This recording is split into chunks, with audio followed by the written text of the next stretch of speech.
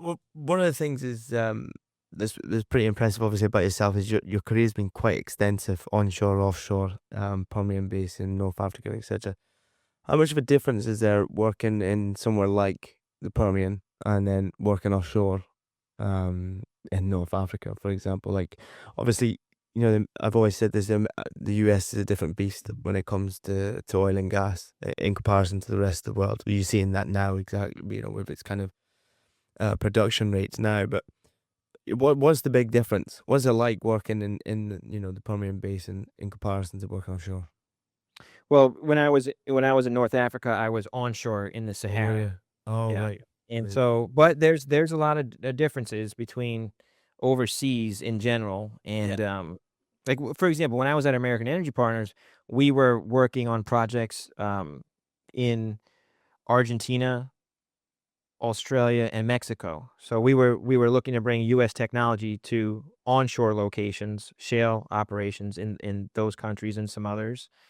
Um, the big difference, in my opinion, between working in the U.S. in general and working overseas is that in the U.S. there's a lot more service provider resources and competition compared to when you're overseas, because overseas, it's a lot more limited, in terms of what you have available to you, and it's also from a knowledge perspective as well. I think, um, the U.S., there's so many service providers, big and small, mom and pops that provide a ton of value. When you're overseas, it's mostly the major service providers that you have access to, and there's pros and cons with that structure. It's harder to reduce costs overseas than it is in the U.S., and it's more difficult from an operations perspective when you're overseas, um, compared to being in the U.S. Like you have to you're more dependent on yourself, and as opposed to there's a lot more tech that you have available to you onshore US compared to, an overseas location. So, that's some of it.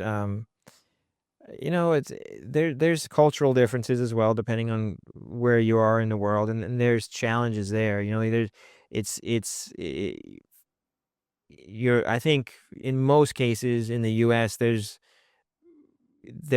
uh there's a little bit more openness to like a flat structure in terms of like everyone has somewhat of a equal say. In some of the overseas countries that I've worked at, there's very much of like a hierarchy in terms of like how you operate. Um, it's also a lot slower. So Guys, I'm sorry to interrupt the show, and I really hope you're enjoying it. One thing I'm going to ask you, if you're listening to it and you're not liking, following, or subscribing to it, could I ask a massive favour that you do? It really helps the show, it helps me bring in more people, and it helps me get more stories out there, which in favour brings more stories back in. Let's get back to it. What's it like with regards to the exploration sites? Because it's actually quite interesting for me. Is so ultimately, how long does it take you to kind of bid on tender on an area to actually setting a rig up and starting to drill? well, getting acreage can be very quick because, one of the unique things about operating in the U.S. is that you're often leasing from individual mineral owners. Like the minerals are owned by the citizens. So like you personally can own minerals, and so you can lease directly from individuals and then put a position together and then go drill. You don't necessarily. Sometimes you have to deal with the federal, and we did on some of our acreage on federal land, but most often you're dealing with individual people. So from the time you put the acreage together, get permits and drill, it can take, 6 months to a year, which is pretty quick. Yeah, I was just That's thinking that's brilliant. that's pretty quick. You know, uh, What's the biggest battles you've had with trying to get trying to claim these mineral acreages? Like, what, because I can't imagine it's just like you walk up to a farm. I'd imagine quite a lot of them would be farmers, or is that me just assuming it? No, you're absolutely right. Yeah. Like, Yeah. So I take it, you don't just walk up to the door, knock on the door, and say, "All right, lad, I'm looking to drill in your area." yeah, Give me that's 10. pretty much Is that pretty bad? Is it? what we did in certain cases. Pretty much just walk up. You have to run title. You have to, who actually owns the minerals. But one of the biggest challenges is when another operator also wants to drill in the same area, and then you have a competition, and people start protesting each other. Operators, other oil companies will protest you. Like, there were a bunch of locations that we wanted to drill wells in, and we began taking leases in, but another company beat us to the unit. So those were, it was discouraging when that occurred. When so it forced us to go into areas where there was not a lot of competition. Now, when you do that, there's more risk, because most of the time when you're in an area where there's a lot of competition, the geology is a lot better. And so you're gonna, the risk is a lot lower from a geologic perspective in terms of like production, performance potential. And so, you get forced sometimes into areas that aren't as competitive, and then you have to rely on your technical and your geologic abilities to make those areas work in some cases. But yeah, when you get protested by another operator, that can drag the process on, for 6 months, a year. It just depends if you can work out a deal with them. And so, like, those are the more challenging, situations, in terms of getting a well drilled in a specific area when there's a lot of competition. See, in regards to the surveying, of all these sites been surveyed prior to you bidding on the acreage? You mean like like seismic survey? Yeah, all Or, the seismic stuff. Yeah. well, sometimes yes, but there's so much control. Like, you see, for vast parts of the U.S., you have a lot of legacy vertical wells that were dry holes, and they were drilled all over the place from like as early as like the 1940s onward. So you have something that's in some cases even better than seismic. You have subsurface control through legacy vertical wells, and all that's publicly available. So you can see what's in what the formations are, and it's a lot easier to map. And you can shoot seismic as well, and there's also off the shelf that's available in some cases. But for our project, a lot of what we did was based off of legacy vertical wells, so that we had a lot of control. But it's always better when you have that control, because you further reduce the risk of a dry hole, and or having like undesirable production performance, because you can map out the area. You can do a lot more reservoir engineering on the area and so on. Like, one of the easiest, I wouldn't say easy, but one of the one way to significantly reduce the risk when you're going to drill horizontal in the US or anywhere in the world is you find a bunch of vertical wells and that aren't very good, right? But there's potential there, and there's a lot of oil that was left behind. And then you come in with new technology and go horizontal in those areas, either into the source rock or into the actual tight rock that probably didn't produce vertically because there wasn't good perm and porosity, but they will produce a lot better from a horizontal well. So that's what a lot of people are doing now. And you also have all these like source rocks, and there's a huge game there across the U.S. But that's the great thing about operating in the U.S. is that you as an individual could, if you're determined, could put a project together and go raise money. And some people, they don't even go through like a more structured private equity. They go to individual people and raise money, like wealthy individuals, and put a package together and then go drill a well.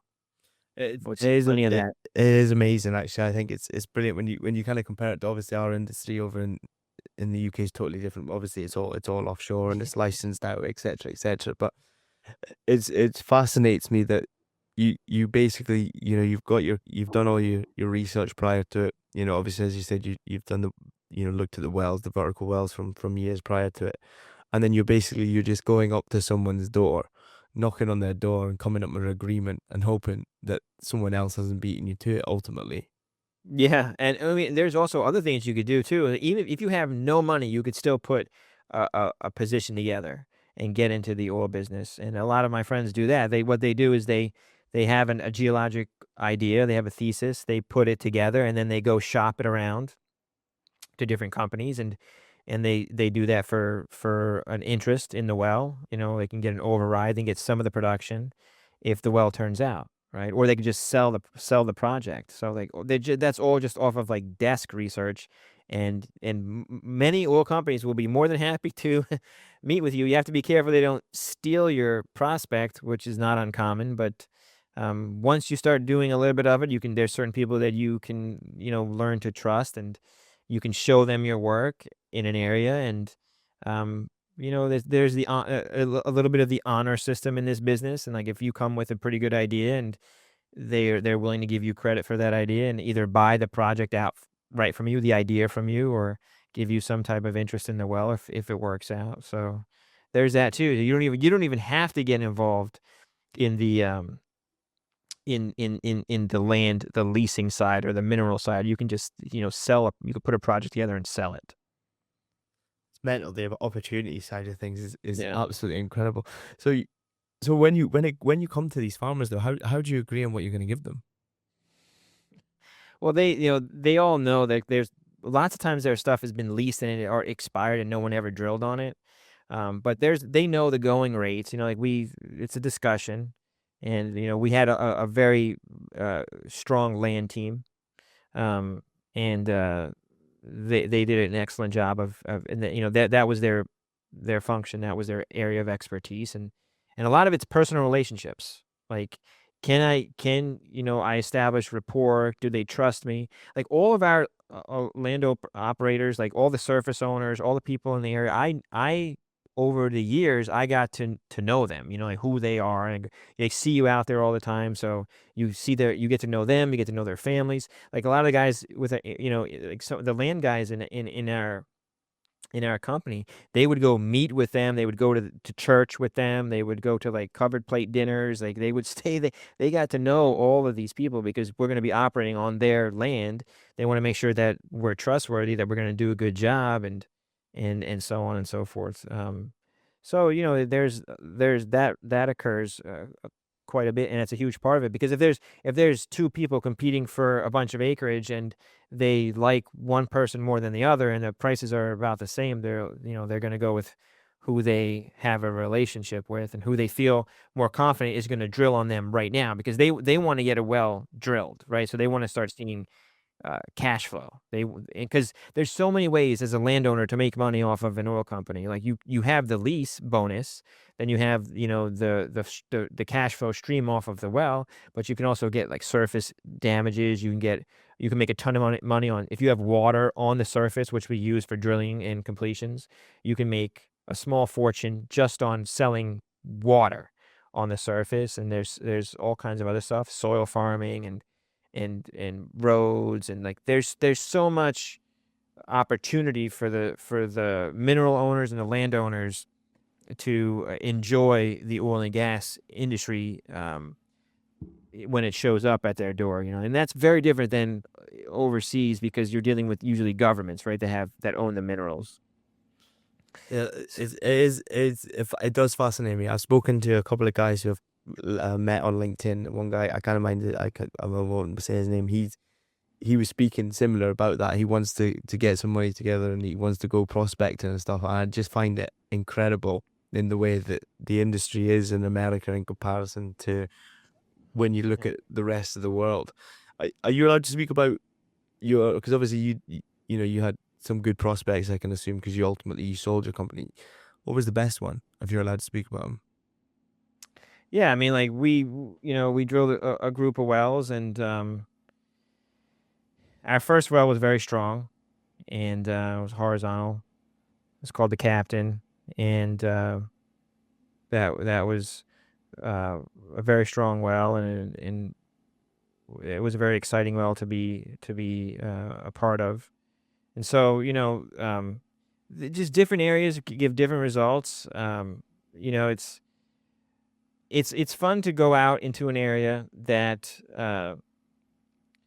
was previously unsuccessful and then go drill a successful well, you know, using a different approach or modern technology, you know, especially an area that people said would never work, right? So that's and you know, and fortunately I've been involved in exploration projects, not just at Links on the private side, but also at Halliburton, Chesapeake, American Energy Partners, and you know, it's that's an exciting part of the business. But from like a cash flow perspective and you know, drilling wells, you know, onshore U.S. Exploration is a lot. Is a lot of risk. You know, you really don't want to be doing that if you don't have to do that. It's much rather. I'd much rather be infill drilling and optimizing operations from a proven area, because uh, it's the risk is lower. You know, like one of the best things that you could do in any project is do everything you can to have great rock, like great geology. The rock is very strong. You know, going into an area that's unproven, there's a lot of risk. You know, not just from, you know, from the drilling side and the completion side, of course, there's like physical risk. There's also risk that it doesn't, you know, it doesn't live up to expectations. And, you know, those are always, you know, disappointing, and that's going to happen. Like if you're drilling enough wells and you're taking a lot of risk, you're going to see great wells and you're going to see not so great wells. And, you have to have the stomach to be able to handle that, right? So it's much less stress to go into an area that's already proven and reduce costs and so on. And that's not easy, you know. Full scale development is definitely not easy, but you know, from a geologic perspective, it's much less stressful. How many exploration wells do you reckon you drill? How many wells do you reckon you drilled when you were more the top dog, so to speak, and you started your own exploration company? Well, like throughout, I don't know the exact number throughout my entire career. What about the exploration when you headed up that exploration company that you had? Yeah, we drilled 6 wells. And did they all come in well? They were all good producers, you know, like we didn't have any dry holes. You know, but it's you know, some are better than others, right? You're not going to have like you know 6 massive. We would have been nice to have 6 massive wells, but yeah. And then after that, I guess you just kind of, do you sell them after that? Is that it, kind of thing? Is it? Well, we sold everything. You know, we sold all the wells, the leases, the whole. You know, we had more wells ready to go. You know, we could have continued to keep drilling more wells, but we made the decision, you know, from a timing perspective, from our investor perspective, to sell at that time. And so, you know, that's what we decided to do. But you know, it depends. Like, you know, we had wells that were ready to go, and those were passed on to the buyer, and you know, that's up to them as to what they want to do. But yeah, I mean, you know, this a lot. You know, what a lot of people do is they'll either go out, put a package together, and sell the package before they drill anything, which is what we did in our first iteration. And then the second time we drilled a group of wells.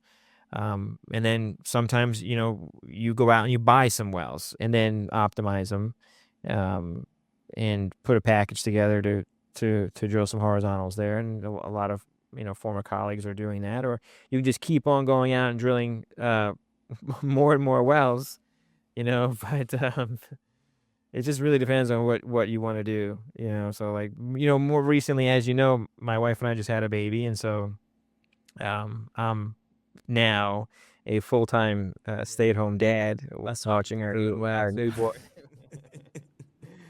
So instead of watching wells, I'm watching our newborn. So and I'm enjoying that. And, you know, when you're out on your own, doing this with a small team, it's a full-time 24/7 operation, right? Like I, it consumed every minute of my day. When you're working for a big publicly traded company, there's so many people around you and there's so much support that you can, you know, take time off. You can go home and spend some time with your family. You can go on vacation. But when you're doing it with a small group and there's a lot on the line, you can't do that. I mean, you could, but it's not going to work out very well. I mean, for me, I've always like prided myself in being like 100% engaged because I don't want an undesirable situation to occur or a mistake to happen, especially when you're operating on the smaller scale because you can't afford it. You can't afford for something like that to happen. Like a big company can easily absorb a bad well or a multi-million-dollar mistake. It's like it doesn't even phase them. But when you're on like a smaller scale, mid-size and to a small operator, the impact is tremendous. Like I have had friends, colleagues of mine raise a ton of money, go out and drill a bunch of bad wells, and they just shut the whole company down. Like they don't even give you a chance. Like you can go out there and raise hundreds of millions of dollars, drill your first well, and it's a water well, and they're going to shut you down. Like your investors are going to shut you down. They're not going to let you try again. Now, sometimes they will. They'll give you another chance. But I've seen plenty of cases where a big team puts a project together, raises hundreds of millions of dollars, goes out, drills the first well. It's bad. The second well is bad. They fire everybody. They shut the whole company down. I've seen that plenty of times.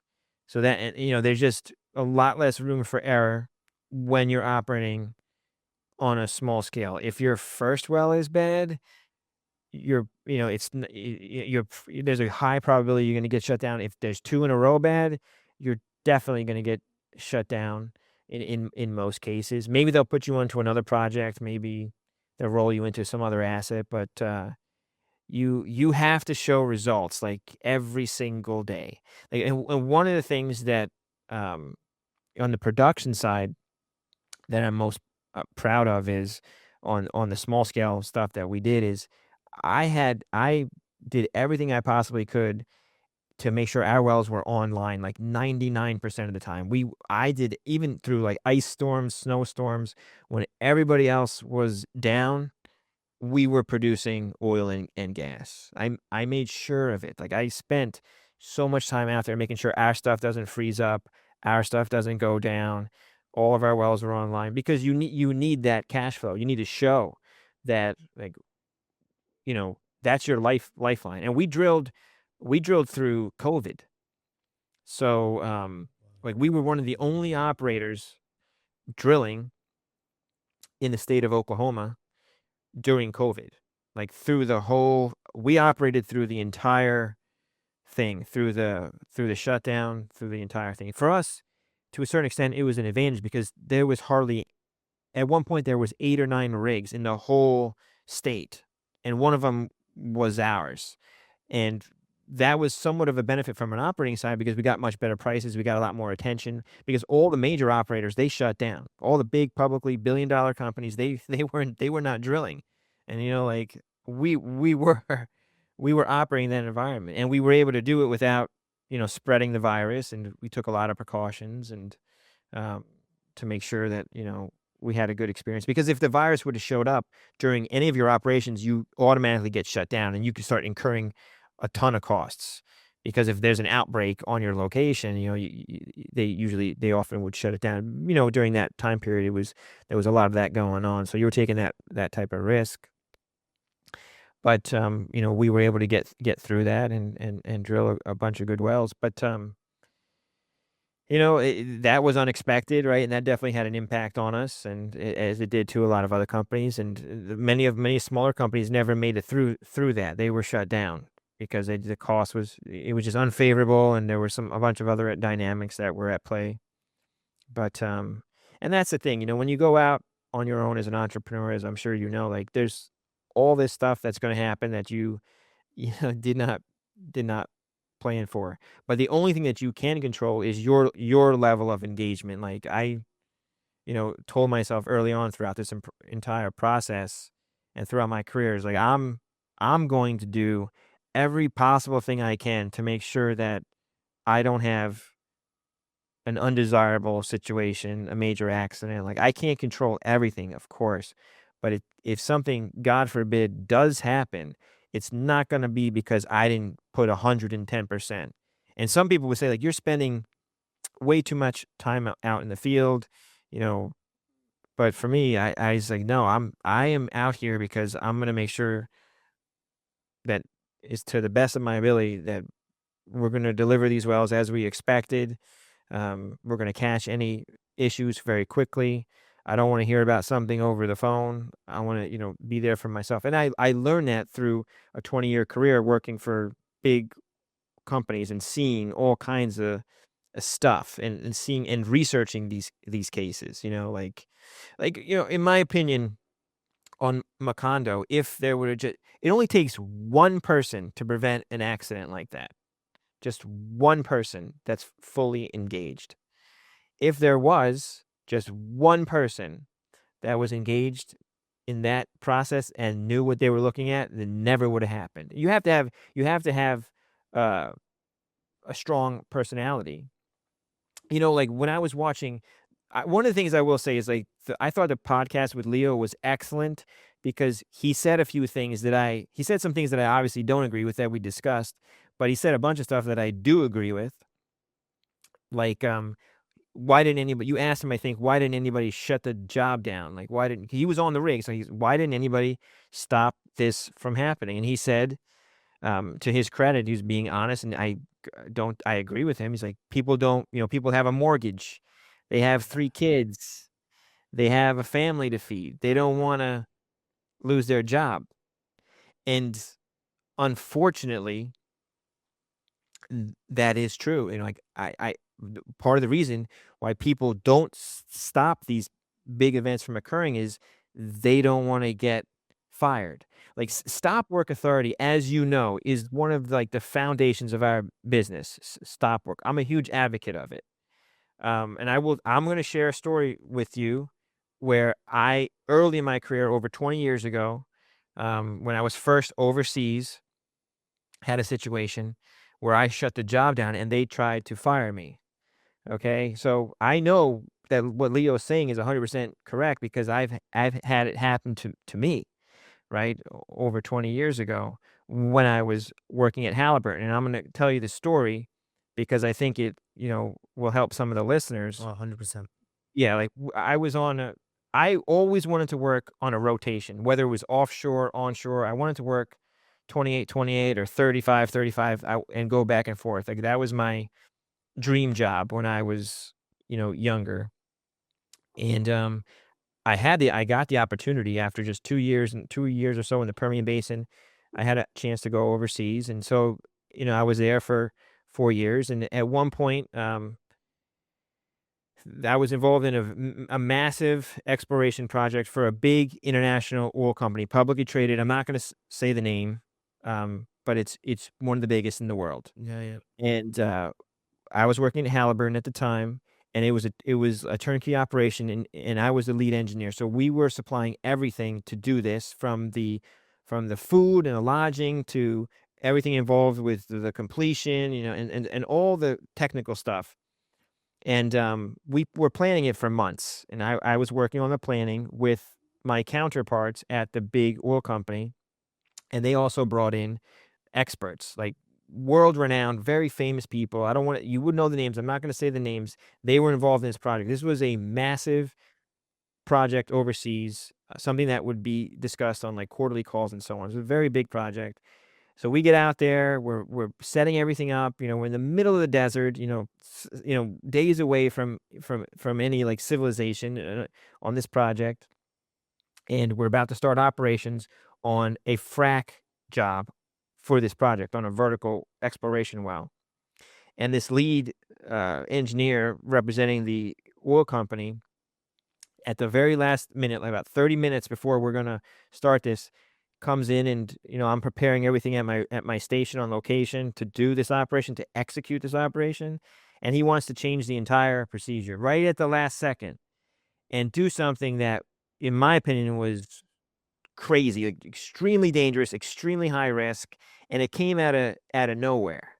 He wanted to go to like the maximum pressure of the casing, basically all the way to the burst pressure, but not burst the casing, but he wanted to go to the max based on the book value, which is a big no-no. We typically only go to 80% of the burst just for safety reasons.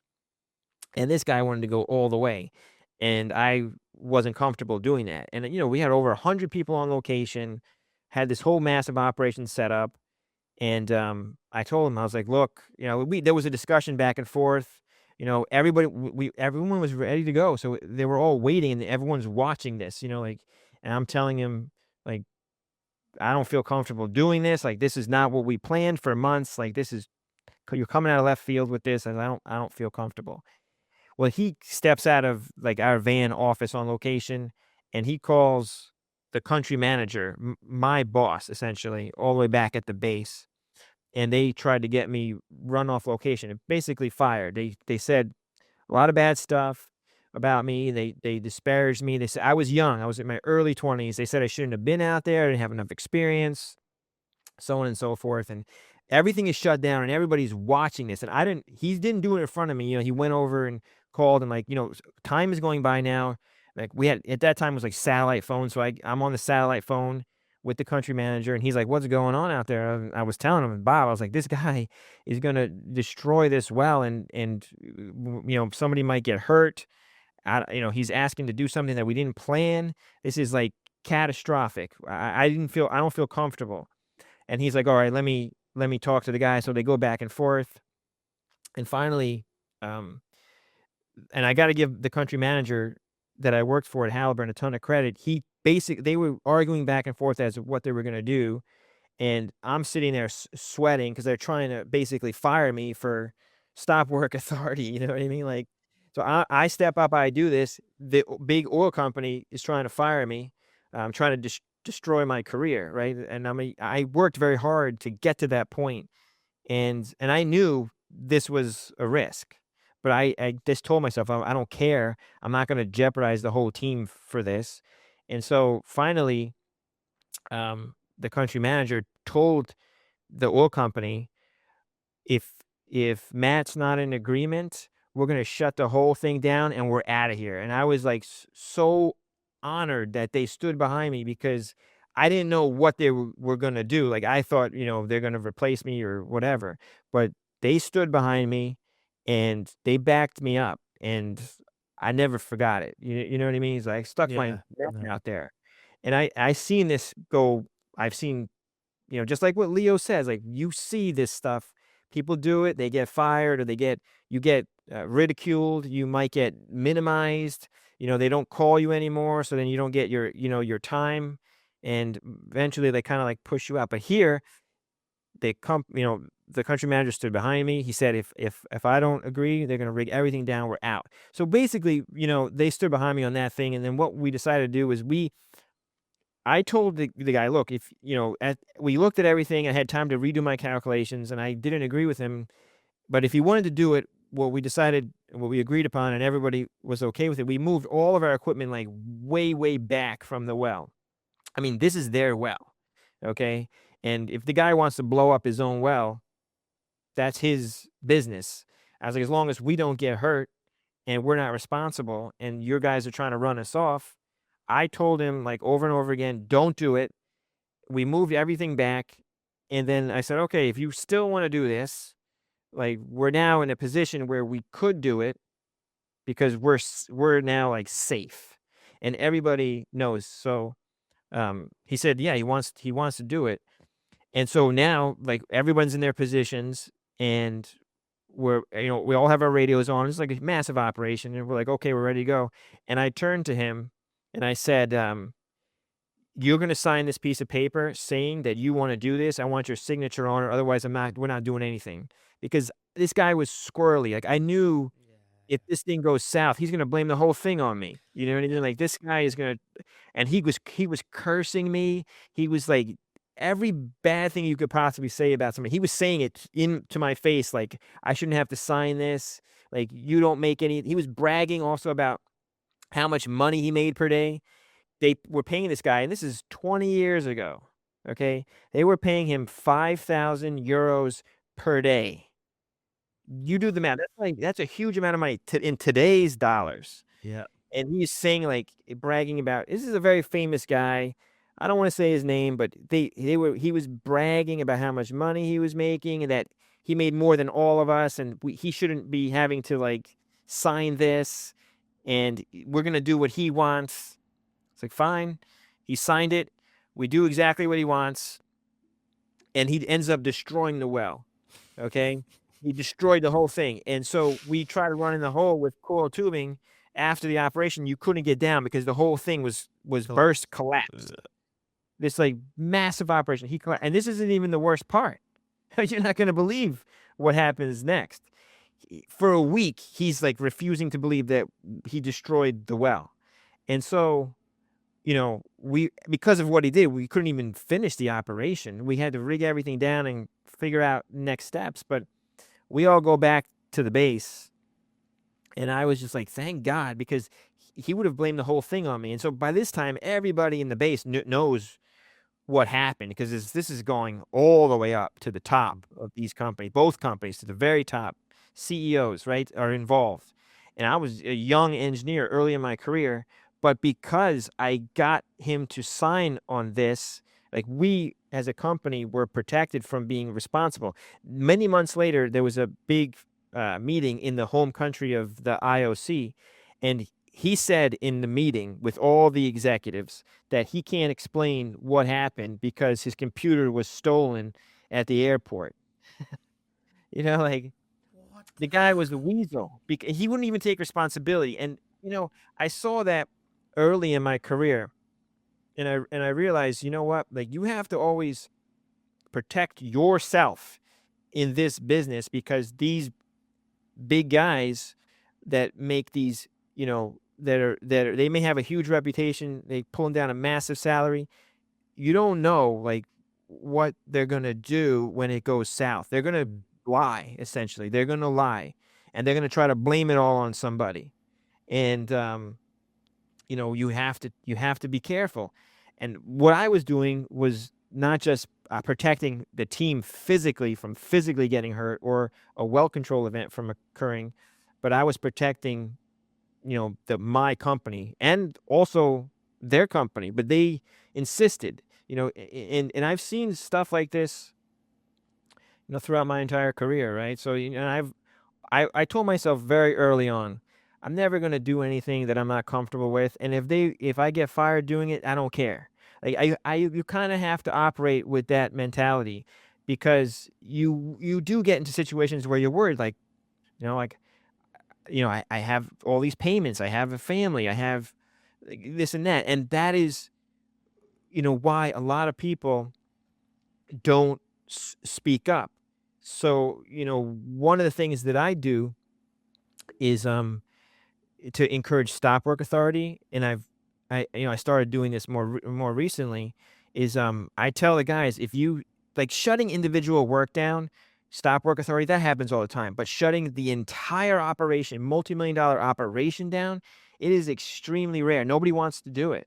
But what I tell all the people I work with, if you stop the job, I'm going to pay you. I'm going to pay you money. I need you to help protect me. I don't want to do anything dangerous. I don't want to have an incident out here. So in order to remove the stigma, if you shut this job down, I am going to pay you. Now, a lot of these service companies don't want me to give cash for very, you know, obvious reasons. I give Amazon gift cards. And when they do shut the job down, I write a nice letter. Depending on how big of an issue it is, I put, like, a bunch of gift cards in there. I write a letter. I give it to the guy, or if he's on his, days off when I'm out there, I hand the letters out to anybody that shuts the job down, anybody that does anything like that to help protect, my company, the people out there, and they take that risk of like being ridiculed or losing their job. I pay them because I want them to have some incentive to do this. Like, and I don't want them to feel that they could lose their job, like what almost happened to me, or like what you heard Leo say, because that stuff unfortunately does occur. Like, depending on who's out there or who you're working with, if they have like a super aggressive personality, or they're just unpleasant and they want to get something done, and somebody doesn't feel like they're doing it, they will start a process to minimize that person and to push them out, right? Because they're too much trouble. But for me, I feel the opposite. If somebody's sees something wrong, I want them to stop the whole operation and make sure that we address it. We're not stopping the work and never going to do the work. Like, we're going to do the work. We're just going to do it safely. Like, I don't know why people think like, oh, if I shut the job down, that we're never going to shut the job. We're never going to do the job. Like, earlier in my career, I saw another case. I never forget it. Is that there was a situation where a guy almost got killed on location in front of everybody, and one of the guys in the field saw this, and there was probably 50 people on location, and it freaked everybody out, and so he shut the job down, and the company man didn't like that, so he calls the manager of this company to come out there and talk to the crew, because the crew didn't want to, after they saw this, near fatal accident, they didn't want to work. Fortunately, the guy was okay, but it looked really bad. And so they shut the job down. They didn't want to do the job.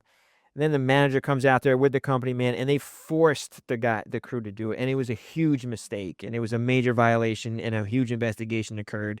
So like, when this stuff happens, I saw from a very, early time in my career that, you first of all, you want to encourage people to do it, because once that happened, nobody wanted to even speak up at all, because they saw like, well, this guy tried to like exert his stop work authority, and he got overruled. This whole stop work authority, like, it's a huge opportunity for our industry, if it, as long as it's executed properly and so on. But a lot of times it's not. It's not encouraged. Just like, I agree with a lot of the stuff that, not everything that Leo said on his podcast, but he's absolutely right. People don't do it because they're worried that they're going to lose their job, and they have a mortgage, and they have kids to pay, because they have kids to feed and so on. Because he was implying that some people on the rigs didn't like what they were seeing, but nobody did any. I don't know if that's true or not, but you know, I hadn't seen a lot of evidence to suggest that in the reports, but he was there. So if he said that occurred and people didn't like what they were seeing on Deepwater Horizon, but nobody said anything, I'm not, who am I to disagree? Like, he saw it firsthand, right? And I've seen stuff similar in my career, and I think that's something, that needs to be addressed more, and talking about it on these podcasts, so Yeah, people definitely. can, realize that it actually is occurring. I think that adds value to the industry. No, definitely. I totally agree. And I like you said, I can understand where Leo was coming from with it, because ultimately, when you're out there and you're in the field, etc., your prime concern is making sure you're still in a job to kind of keep, what's going on back at home on, so to speak, mortgages, etc., kids. And there is still, I think there's still a stigma around stop work, which is a shame. Um, I mean, what do you see, Joe? You're out in the field operating, like, I ultimately, I've kind of moved more, obviously, as we've spoken about, I'm more in renewables now. I would say, because it's a lot more infant than oil and gas, and I guess the dangers and the hazards are different as well in that respect. Um, but my most recent oil and gas job was over in Italy last year, end of last year, and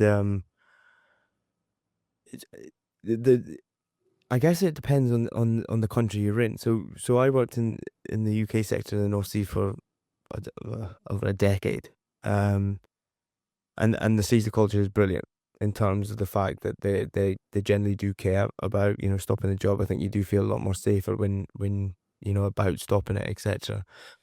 But in other places I've been to, so Italy for example, this is only this certain area I was in. I can't speak for the whole of the place because I've not been there, but if there was an issue, I think you can tell that there's still a worry about speaking up for it because which is natural. These people have families, they've got kids to feed, they've got mortgages to pay, and it's only natural for them to feel that way. And you are a little bit cautious. There are still caution, but I think it is a lot better than it has been in the past from what I've seen. Renewables again is totally different. I think because they've got a lot of learnings from oil and gas, I to some extent, because a lot of these renewable companies are coming from totally different industries as well. But I think it's kind of correlated. I think there's a lot more. It's a lot easier for them to stop the job. I find when I'm around them, I think they're a little bit more. Yeah, okay, we just won't go for it. We won't take the risk. Especially one of the ship that I'm on now. Well, both captains actually very good. If they're not happy, they'll just say no, it's not happening. Like that's it. We're not even taking the risk, kind of thing. And yeah, so I think the culture is changing. I think it can always be better. That's always going to be the case. You're never going to be satisfied with where you're at. You always want to be better. But I have been in positions, and even in the Gulf of Mexico, I was working there. Um, I can't mind how many years ago now, and yeah, it. I wouldn't say it was quite. Put it this way, I think the UK is a little bit more prone to pulling the old stop work authority than over in the States. Yeah. That from my experience anyway. But then the UK has learned from, unfortunately, one of the worst offshore disasters ever, and thankfully I think from an unfortunate situation, a lot of learnings has been kind of taken and set. The examples have been set pretty well. You do feel safe enough to an extent, or as safe as you can feel on a platform or a rig when you're there. That's good. Yeah, but one thing I will ask is, so I ask everyone that comes on the show, is what's the proudest moment of your career? I don't think I have one proud moment. It's just, any time that I've been able to contribute to an operation or a good idea, prevent undesirable situations, uh, that's what I'm most proud of, right? Like being able to go out, execute a job as planned, and you know, deliver projects as promised with zero incidents, accidents, and create value for shareholders, investors, and do the right thing. Like I'm, throughout my career, I have always prided myself in operating based on a certain set of principles and beliefs. And no matter what happens, I've always told myself and executed based on those principles and beliefs. And so just being able to contribute to the industry, help move the ball forward with innovative ideas to reduce risk, reduce cost, and create value for people. So it's not one like specific situation that I would say, just like fortunately, thank God I've had a good um experience. But that's because I pay. Yeah, one of the things that I'm proud of is, like, I know that anything can and will happen. I pay attention to detail, extreme attention to detail, um, to do everything I possibly can to be successful. And so far, that has worked. Of course, there's also, like, if luck. I consider myself to be fortunate and work hard, but there's luck also plays a role, right? So, fortunately, like, I've had a good experience in the business, and been able to contribute and help, move the ball forward on a lot of projects. Going into an area and helping take something that's currently uneconomic and making it economic, so that the world can enjoy low cost energy is something that I'm proud of. Like, whatever. One of the things that I talk about is, helping deliver energy, whether it's through oil and gas or renewables or anything else, helps humanity at a high level, and helps prevent wars and undesirable situations, which often occur, because people don't have access to low cost resources. Mm. So anything that you can do to deliver energy at a low cost helps move humanity forward. So I think that's what I'm most proud of. Yeah, no, it's been an absolute pleasure having you on. I think you've had a cracking career so far. Obviously, I'm sure there's still plenty to go. But it's been really interesting to kind of, yeah, have someone on who's kind of started in services, gone on to, the operator, and then gone on to, prospecting, so to speak, exploration. I think, yeah, and writing two books as well after it all, and it's clear to see you've genuinely got a passion for the industry, which is always fantastic to see. Yeah, I really enjoyed it. Thanks, Joe. Cheers, Matt.